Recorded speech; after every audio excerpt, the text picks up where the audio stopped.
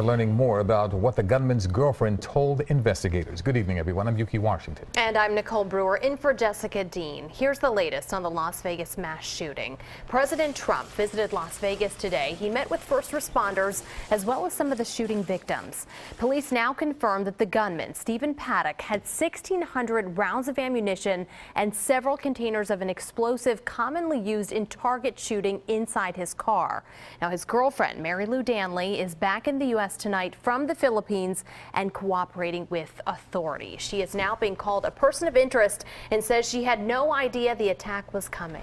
Tonight, the sheriff says evidence from the shooter's room indicates he intended to survive the attack. Investigators still don't know why Stephen Paddock opened fire on those attending a country music festival in Las Vegas. On Wednesday, the FBI interviewed his girlfriend, Mary Lou Danley.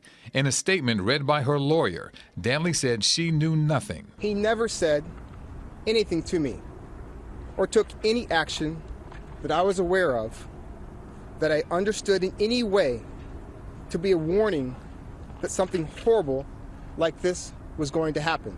Danley, who police are calling a person of interest, was in the Philippines when the attack happened Sunday night. She says Paddock sent her there a couple of weeks ago and wired her money to buy a house.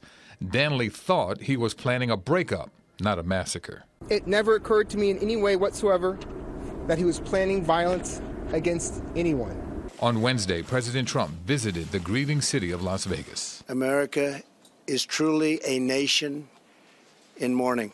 The president met with survivors of the shooting and with first responders. In the meantime, authorities are still combing the crime scene for evidence, which stretches hundreds of yards and across several major roadways. Investigators found 23 firearms inside the gunman's room at the Mandalay Bay Hotel. Stephen Paddock is a man who spent decades acquiring weapons and ammo and living a secret life. Police say Paddock owned 47 guns and had bought 33 of them in the last year, including one just 3 days before the shooting.